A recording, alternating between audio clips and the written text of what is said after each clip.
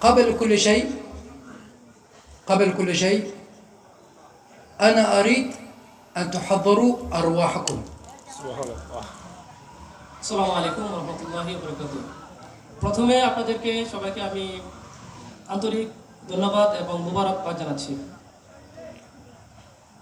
نحن أتينا إلى هذا المكان لأجل من؟ لأجل الله سبحانه وتعالى ولسيدنا رسول الله. এই মজলিস কার জন্য? আসলে আপনারা কার জন্য এটা করেছেন? একমাত্র আল্লাহ এবং তার রাসূল সাল্লাল্লাহু আলাইহি ওয়াসাল্লামের উদ্দেশ্যে। روح الإنسان روح تتغذى بذكر الله سبحانه وتعالى وبهذه المجالس المباركة. অর্থাৎ মানুষের রূহ কি চাই? আমরা যখন ভাত খাইতে চাই মানুষের রূহ আল্লাহর জিকির চাই, আর জিকিরের মজলিস হচ্ছে আমাদের এই জিকিরের মজলিস। সুবহানাল্লাহ।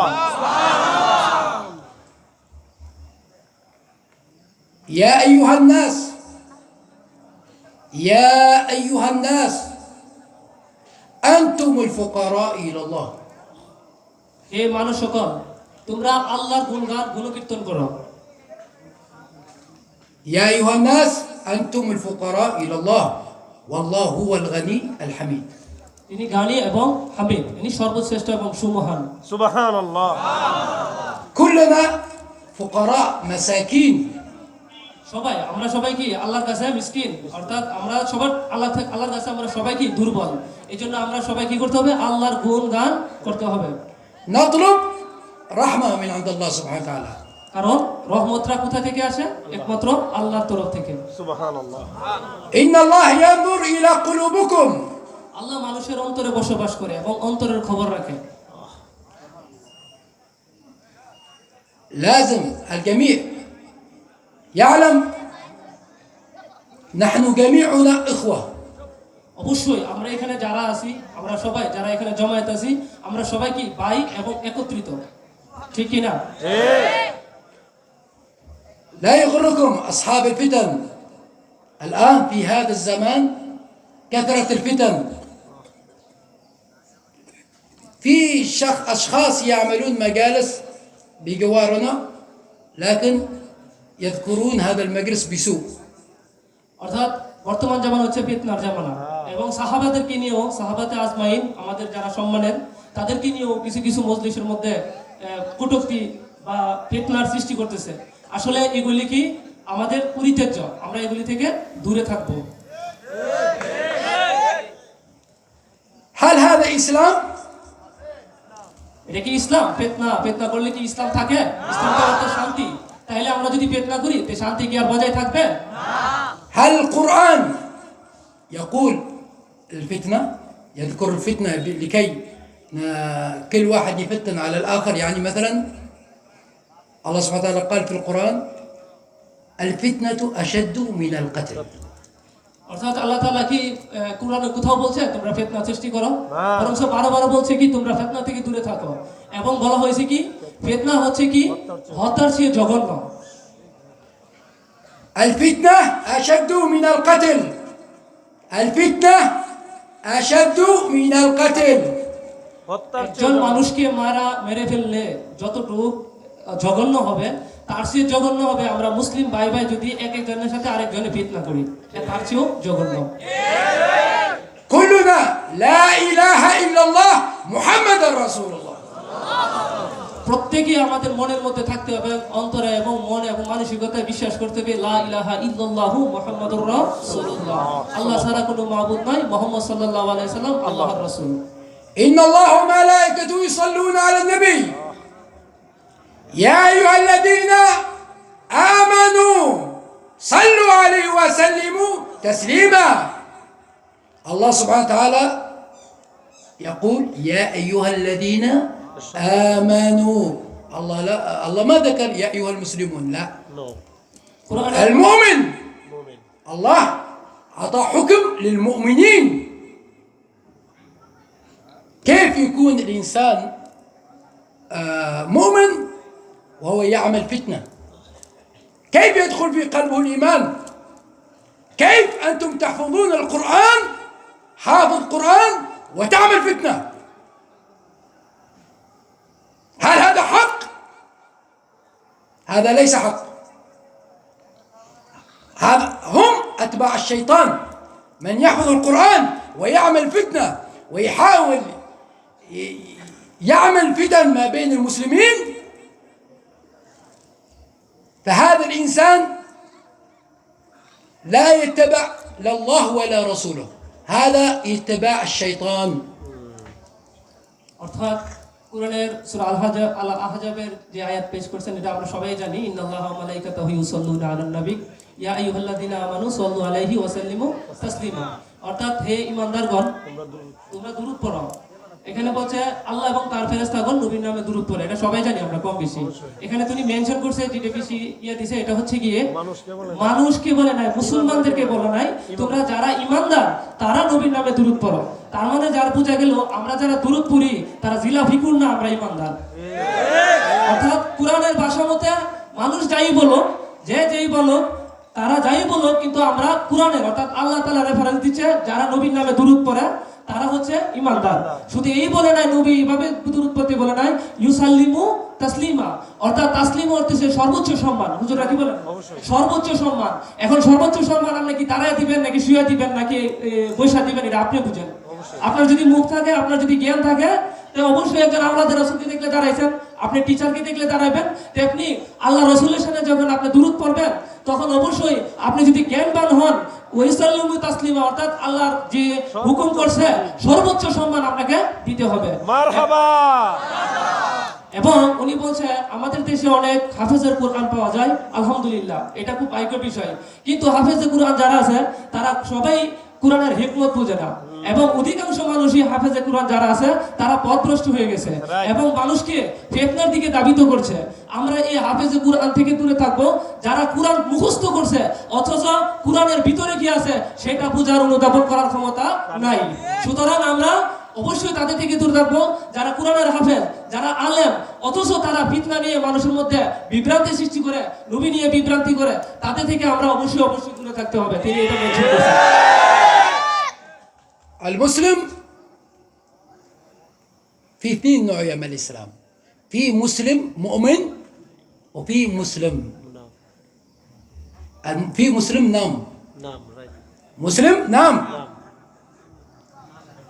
ما في كل شيء مسلم خلاص داخل الجنة، لا. المؤمنين الحق، من يتبع طريق الحق فهو مؤمن. آمن الرسول بما أنزل إليه من ربه والمؤمنون. الله ما قال والمسلمون، قال والمؤمنون كل آمن بالله وملائكته وكتبه ورسله لا نفرق بين أحد من رسله وقالوا سمعنا وأطعنا غفرانك ربنا وإليك المصير. كلام واضح.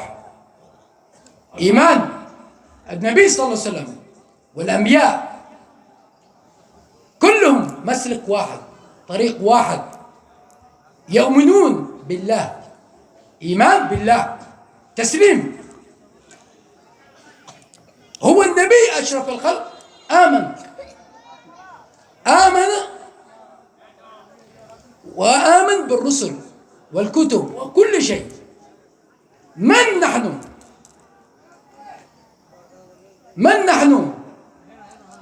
نحن مساكين، نحن فقراء إلى الله، نحن نطلب رحمة من الله. অর্থাৎ মুসলমান দুই প্রকার, একটা হচ্ছে নামে মুসলমান আর একটা হচ্ছে কামে মুসলমান। ঠিক আছে? যারা নামে মুসলমান তাদের ঈমানের পাল্লা অতি দুর্বল, আর যারা কামে মুসলমান তারা ঈমান আনে কার উপরে? আল্লাহর উপরে, তার রাসূলের উপরে, তার কিতাবের উপরে, তার আখিরাতের উপরে, এবং কি তার তকদিরের উপরে। এবং যারা মুসলমান এবং যারা মুমিন, কিন্তু তাদেরকে এখানে আবার বলছে শুধু মুসলমান নয়, যারা মুমিন তারা ওই কিতাব এবং রাসূল এবং তার যে তকদির, আল্লাহ যে আমাদের তকদির ভাগ্য নির্ধারণ করছে ওটার উপরে নির্ভর করে একমাত্র মুমিন ব্যক্তি। আমরা যখন কোনো বিপদে পড়ি বা মুসিবতে পড়ি, তখন আমাদেরকে মাইনা নিতে হবে এই বিপদটা আল্লাহ থেকে আসছে আমাকে পরীক্ষা করার জন্য। যদি আমরা এরকম মনে করি অথবা এরকম আমাদের মনে ভাবাপন্ন তাহলে বুঝতে হবে আপনি মুমিনের কাতারে আছেন। কাতার হবে দুইটা পৃথিবীতে, একটা হচ্ছে মুমিন আর একটা হচ্ছে কি, ওটা তিনি বলে নাই, আপনারা বুঝে ফেলছেন। মুমিন আর একটা কি বুঝে ফেলছেন না? উনি কিন্তু ফেতনার জন্য বলে নাই, একটা মুমিন আর একটা কি বলার দরকার নাই, বুঝছে? তাহলে সুতরাং যারা মুমিন তারা আল্লাহর উপর ইত্তেদা করে, একমাত্র আল্লাহকে মানে এবং আল্লাহকে সবকিছু জানে এবং আল্লাহর উপরে সবকিছু নির্ভর করে এবং তিনি আল্লাহ ছাড়া অন্য কোনো কিছুকে ইত্তেদা করে না। এবং আমরা হচ্ছে কি মানুষ অর্থাৎ ইনসান, আমরা হচ্ছে দুর্বল, একমাত্র শ্রেষ্ঠ হচ্ছে মহান আল্লাহ এবং আমরা তারই গুণগান করি। كيف نحن نتحد؟ كيف نحن نتحد؟ اتحاد. আমরা কেন নিচে নেমে যাই? আমাদের কেন অধঃপতন হয়? কেন আমাদের ঐক্য জোট নাই? الايد هذا يد. اليد واحد تصفق اليد ولا اثنين؟ আপনি যদি তালি দিতে চান এক হাতে দিতে পারবেন? তাহলে কি লাগবে? দুই হাত। তা আপনারও কোনো কাজ সাকসেস করতে হলে আপনার মুমিন ভাইয়ের কাজ লাগবে। مسلمين متشتتين. مسلم هذا غير مسلم، هذا غير، هذا مسلم غير، وهذا مسلم غير. ليش؟ মুসলমানদের মধ্যে মুসলমান তো মুসলমান হয় নাকি? আল্লাহ বলছে মুসলমান, তো এখানে উনি এরকম মুসলমান উনি ওইরকম মুসলমান, নাম বলছি না, উনি ওইরকম মুসলমান, কেন এত দল কেন? الله واحد. القرآن واحد. كتاب الله واحد. ليش هذا غير وهذا غير؟ ايش؟ আল্লাহ কয়জন? কোরআন কয়টা? রাসূল কয়জন? তাহলে এত দল কেন? ইস্তেহাদ অর্থাৎ মতানৈক্য। ওই একটু আগে যে তিনি বলছে কোরআনের হাফেজ হয়েছে ঠিকই, কিন্তু কোরআনের মর্তবা বুঝে না। তাদের কাজ হয়েছে মানুষের মধ্যে কনফিউশন সৃষ্টি করা, ভাইরাসের মতো কাজ করা, মানুষের ঈমানকে হরণ করা। الآن أنا أتمنى من الجميع أن تكونون يعني واعيين كثير وتركزون على أي شخص يريد فتنة، خاصة أنا في بنغلاديش هنا، يعني جزاكم الله خير، ما قصرتوا، يعني ما شاء الله أكرمتونا وضيفتونا، الحمد لله ما قصرتوا، يعني جزاكم الله خير. لكن في نقطة، الفتنة، هذا كلام، هذا يتكلم يقول هذا شيعة، وهذا يقول هذا حنفي، وهذا يقول سلفي، وهذا يقول جني، وهذا يقول جن، وهذا يقول، هذا حقيقة. من عمل هذا الشيء؟ هذا إسرائيل، تشتيت مشان الإسلام. الآن مسلم إيمان ما فيه، مؤمنين ما فيه، هذا سبب شيعة خارجي. كله، يعني يتكلمون، يعني يضيعون وقتهم كامل، تضييع وقتهم كامل بالفتن. شيعة من؟ شيعة من؟ شيعة علي؟ من علي؟ معلوم من علي؟ علي من؟ علي صحابة من الصحابة. سبحان الله. حق ولا لا؟ شيعة عمر، شيعة أبو بكر، شيعة علي، شيعة عثمان، الشيعة مقصد شيعة محبين. خلاص. অর্থাৎ উনি বলছে আমি বাংলাদেশে আসছি, এখন আপনাদেরকে সবাইকে ধন্যবাদ, আপনারা আমার যথেষ্ট পরিমাণ ইজ্জত করছেন, ইহতরাম করছেন, এই জন্য আপনাদের সবার প্রতি কৃতজ্ঞ। এবং বাংলাদেশে আইসা আমার ভালোই লাগছে, কিন্তু একটা জিনিস আমার মধ্যে খারাপ লাগছে, এখানে ফিতনা বেশি। শুধু মানুষেরা উনি শিয়া, উনি ওই, উনি সেই, অনেক অযথা বলে। আসলে আদতে শিয়া শব্দ কি এটাই বুঝে না। আমরা উনি আবার এখানে কয়েকজন সাহাবার নাম, আমাদের যারা প্রথম সারির সাহাবা, হযরতে আবু বকর সিদ্দিক রাদিয়াল্লাহু তাআলা আনহু, উনাকে যারা অনুসরণ করে তাদেরকে বলা হয় শিয়ায়ে আবু বকর। যারা উসমান রাদিয়াল্লাহু তাআলাকে সহর করে তারাকে বলা হয় শিয়া আবু বকর। উনি যেটা তর্জমা করতেছে আমি ওইভাবে বলতেছি, তারপর আপনাদেরকে আমি বলতেছি। উনি বলছে যারা হযরত আলীকে অনুসরণ করে তারা শিয়ায়ে আলী। অর্থাৎ শিয়া শব্দটার অর্থই হচ্ছে অনুসরণ, ঠিক না হুজুর? অনুসরণ বা, কিন্তু আমাদের দেশে এটা একটা প্রচলিত গালি। বা যদি কেউ আহলে বাইতকে ভালোবাসে, কিংবা উনি যেটা মেনশন করছে একটু পরে আসবে এটা, যদি কেউ আহলে বাইতকে ভালোবাসে তাহলে সরাসরি তারা কি করতেছে, শিয়া তকমা দিতেছে। উনি যেটা মেন করতেছে হয়তো আমাদের ভাষাগত ইয়া কারণ যে আমরা আসলে এগুলি ঠিক না। আমাদের দেশে, বাংলাদেশে স্পেশালি, বিশেষ করে বাংলাদেশে অনেক দল, বেশি দল, মানে ফেতনার কোনো শেষ নাই। এই জন্য বলছে, উনি যে বলতেছেন যে শিয়া শব্দটা মানুষকে যে ইহাঙ্কার করা হয়, এটা করা হয়, এটা ঠিক না। আমাদেরকে দেখা উচিত তার মধ্যে অন্য অন্য সাহাবীদের মোহাব্বত আছে কিনা, তারপর তাকে একটা তকমা দেওয়া দরকার। আসতেছে সামনে। كلنا مسلمين، كلنا نقول لا إله إلا الله محمد رسول الله، حق ولا لا؟ أما هذا عقيدتنا كلنا واحدة، لكن في طريقة مثلا كل إنسان له طريقته في الإسلام، هذا لا يتدخل في الإسلام، ما له دخل. الإسلام لا إله إلا الله محمد رسول الله. ইসলাম সহজ। ইসলাম অর্থ হচ্ছে কি লা ইলাহা ইল্লাল্লাহু মুহাম্মাদুর রাসূলুল্লাহ, আল্লাহ ছাড়া মাবুদ নাই, রাসূল, আমাদের রাসূল মুহাম্মদ সাল্লাল্লাহু আলাইহি ওয়াসাল্লাম কি আল্লাহর রাসূল।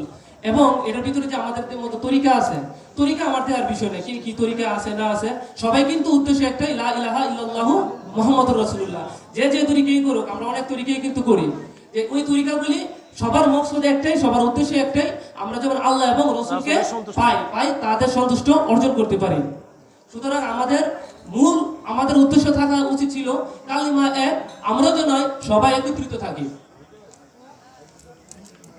أتمنى بس الكلام هذا يوصلهم يعني عشان جميعنا نفهم الكلام هذا. أريدكم تركيز فقط، ركزوا في الكلام هذا كلام خاص. আমি আসলে আমাদের তো লুগাত বিষয় যে ভাষাগত যে পার্থক্য, এই কারণে আপনারা হয়তো আমার কথার মজা পাইতেছেন না, কিন্তু কথাগুলি যেগুলি বলতেছি এই কথাগুলি স্পেশাল কথা, ঠিক আছে, আমার মনের কথা। لازم ইয়া রাসূলুল্লাহ জিন্দাবাদ জিন্দাবাদ। وأهل السنة والجماعة، أهل السنة محمد صلى الله عليه وسلم، أهل محمد أهل السنة، أولاد النبي أهل السنة. السنة في ما في سيد اتباع أهل السنة. أهل السنة آل بيت النبي، واتباع والجماعات الطرق الأخرى جميعها. هذا الجماعات. অর্থাৎ আহলে সুন্নাত, আমরা যে আহলে সুন্নাত বলি, তাই না? আহলে সুন্নাত হচ্ছে কি এটা নবীর দল, ঠিক আছে। আর আহলে সুন্নাত হচ্ছে কি আহলে বাইতের দল, ঠিক আছে। আর আহলে সুন্নাত হচ্ছে কি মুমিনের একটা জমায়েতকৃত দল। أنتم النبي صلى الله عليه وسلم قال المرء يحشر مع من يحب. أنت من محبة من محبة سيدنا رسول الله يوم القيامة، أنت مع محمد صلى الله عليه وسلم إن شاء الله. মুহাম্মদ সাল্লাল্লাহু আলাইহি ওয়াসাল্লাম বলছে যে যাকে মহব্বত করে হাসর নসর তার সাথে হবে। সুবহানাল্লাহ। সুতরাং যারা মুহাম্মদ সাল্লাল্লাহু আলাইহি ওয়াসাল্লামকে ভালোবাসবে হাসরের ময়দানে তাকে তারা খুঁজে পাবে। المرء يحشر مع من يحب. أنت من محبة ما هو مع كافر محبة، الله يعينك، يعني أنت ادخل مع যারা কাফেরকে মহব্বত করে হাসরের ময়দানে তারা গিয়ে দেখবে দুনিয়াময় কাফের। মুসলিম শরীফের হাদিস বলছে, মারহাবা বলুন। إن شاء الله جميعكم تتوحدون، كلنا واحد. আমরা সবাই এক, ঠিক আছে, আমরা সবাই কি আমাদের মধ্যে কোনো ফিতনা নাই, আমাদের মধ্যে কোনো দলাদলি নাই, আমরা কি আহলে সুন্নাত ওয়াল জামাত, আমরা কি আহলে বাইতের পক্ষে, তাইলে আমরা সাকসেস। أشغلوا أنفسكم بذكر الله، ذكر. অবশ্যই বেশি বেশি জিকির করতে হবে। الذين يذكرون الله قياما وقعودا وعلى جنوبهم. الله يقول الذين يذكرون الله قياما. অর্থাৎ কোরআনে আল্লাহ তাআলা বলছে তোমরা দাঁড়ায়া বসে শুয়া যে কোনো অবস্থায় আল্লাহ তাআলার জিকির, وقعودا বসা وعلى جنوبهم ويتفكرون في خلق السماوات والأرض ربنا ما خلقت هذا باطلا سبحانك فقنا عذاب النار. এবং আল্লাহর সৃষ্টি সম্পর্কে গবেষণা করো। ذكر الله خاص. জিকিরটা হচ্ছে স্পেশাল, এটা আল্লাহর তরফ থেকে। غذاء للروح. এটা রূহের খানা, রূহের খোরাক। على ذكر الله. الروح تطلب من الإنسان يذكر ذكر مثلا لا إله إلا الله لا إله إلا الله لا إله إلا الله. ما شاء الله. الآن أنتم ما شاء الله عليكم محبين لذكر الله سبحانه وتعالى. الروح الآن إذا تذكر تقول لا إله إلا الله الروح تتغذى. আপনার মধ্যে দেখলাম মাশাআল্লাহ জিকিরের প্রতি মহব্বত আছে, অর্থাৎ এবং আমরা যখন লা ইলাহা ইল্লাল্লাহ বলি তখন আমাদের রূহ ওই খাদ্যটা গ্রহণ করে। সুবহানাল্লাহ. وكثرة الذكر زيادة ذكر نور من عند الله. এবং বেশি বেশি জিকির করলে আল্লাহর নূর আপনার কলবের মধ্যে। সুবহানাল্লাহ. هذا النور من عند الله سبحانه وتعالى ينزل في صدور الناس. এই নূরটা আল্লাহ তাআলা المؤمن. তরফ থেকে মুমিনের অন্তরের মধ্যে দান করেন। لكن الآن نحن نذكر الله هذا المجالس فيها غفران ذنوب بعد. আলকিন এখন আমরা যে জিকির করতেছি না বা জিকির করছি এই মজলিসটা হয়ে গেল কি গুনাহ মাফের একটা জায়গা। সুবহানাল্লাহ. مع ذكر الله تأتي الملائكة.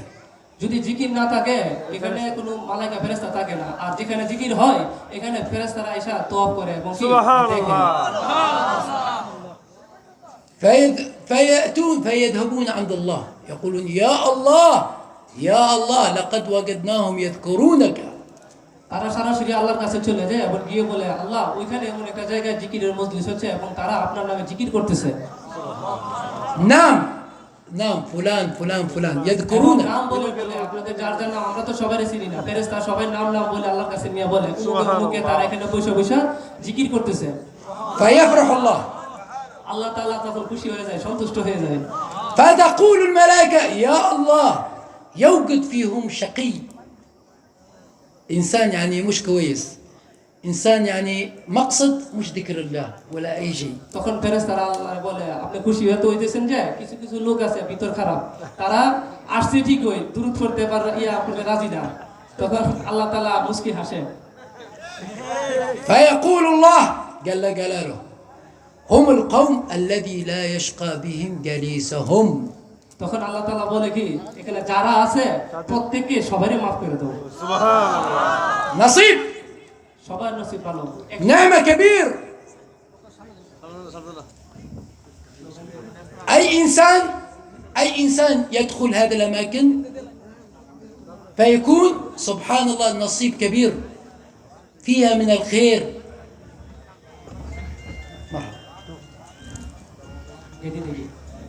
وتكون فيها سبحان الله روضة من رياض الجنة. অর্থাৎ আল্লাহ তাআলা এই জায়গাটারে গুনাহ মাফের জায়গা এবং কি রহমতের জায়গা রাদাতুল রিয়াদুল জান্নাহ অর্থাৎ গুনাহ মাফের এবং রহমতের জায়গা হিসেবে সাব্যস্ত করে দেয়। الله يقول لقد غفرت لهم فيقول الملائكة يا الله يوجد فيهم أشخاص ما هم كويسين فيقول الله هم القوم الذي لا يشقى بهم جليسهم. এখানে ফেরেশতারা বলে এখানে তো অনেক লোকই আছে যারা মানুষ ভালো না, মানে খারাপ কাজে লিপ্ত অথবা তাদের অন্তর ঠিক নাই। তখন তবু আল্লাহ বলে কি যাও তাদেরকে maaf করে দাও, যারা এখানে ভালো আছে তাদের উদ্দেশ্য করে সবাইকে maaf করে দাও। সুবহানাল্লাহ. نعمة كبيرة. أنتم في نعمة كبيرة. আমাদের নিয়ামত অর্থাৎ আমাদের অনেক বড় ভাগ্য আর কি, অনেক বড় নিয়ামতের অংশীদার আমরা হচ্ছি। كلكم الله سبحانه وتعالى كتب لكم أنكم تحضرون هذا المكان. অর্থাৎ এখানে যারা আছে সবগুলি আল্লাহ তাআলা লিখতেছে কারা কি করতেছে। সুবহানাল্লাহ. من يحاول يفسد عليكم فهو الشيطان. যে এখানে ফাসাদ করতে চাইবো সে শয়তানের অংশীদার, অর্থাৎ সে শয়তান। ايش اللي يخلي الشيطان يحرق الشيطان؟ ذكر الله.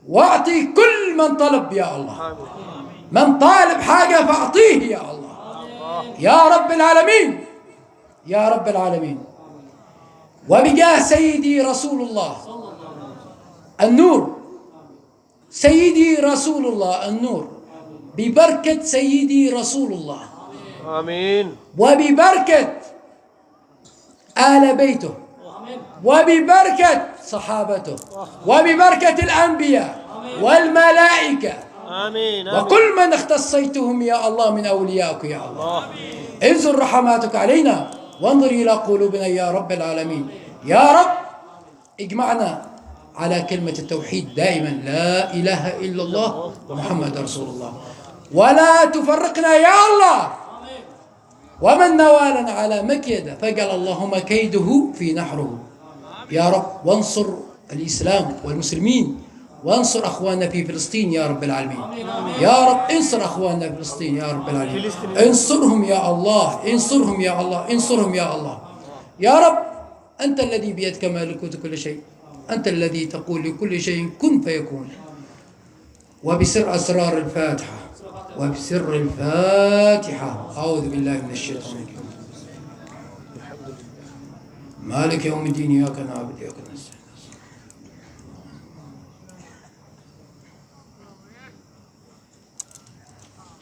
الله. آمين. أعطي دعاء. আমাদের বাবাজানের পক্ষ থেকে আমি দুটা কথা বলি। প্রথমত আপনাদের এই এলাকাবাসী যারা আছেন, নারায়ণপুরবাসী যারা আছেন, রনি ভাই সহকারে ইন্তেজাম কমিটি যারা আছেন, একেবারে সভাপতি থেকে শুরু করে শেষ একজন সভাপতি সদস্য পর্যন্ত প্রত্যেকের প্রতি আমাদের কৃতজ্ঞতা, আমাদেরকে একটা সম্মান এবং ভালোবাসা দেওয়ার জন্য, আওলাদের রাসূলকে সম্মান দেওয়ার জন্য, এবং এত সুন্দর একটা মজলিস করার জন্য। এবং আলহামদুলিল্লাহ বড় বড় আমাদের হুজুররা আছে, আলহামদুলিল্লাহ অনেক সুন্দর সুন্দর নসিহত করবে। আমরা আপনাদের প্রতি বেশি কৃতজ্ঞ এই জন্যই যে এরকম প্রতিকূল পরিবেশে, রাজনৈতিক অবস্থা খারাপ, দেশের অবস্থা খারাপ, তারপরেও আপনারা আওলাদ রাসূলকে পর্যাপ্ত পরিমাণ সেফটি এবং নিরাপত্তার মাধ্যমে আমাদেরকে এখানে আনতে সক্ষম হয়েছেন। আবারও আপনাদের প্রতি কৃতজ্ঞতা এবং ধন্যবাদ। এবং শায়েখ আগামী ডিসেম্বর 12 তারিখ পর্যন্ত বাংলাদেশে অবস্থান করবেন ইনশাআল্লাহ, যদি আল্লাহ সবকিছু ভালো রাখে। আপনারা সবাই দোয়া করবেন, আমাদের শায়েখের জন্য দোয়া করবেন, এবং আপনাদের প্রতি রইল আমাদের শুভকামনা। আল্লাহ হাফেজ। الله جزاكم الله خير، والسلام عليكم ورحمة الله وبركاته.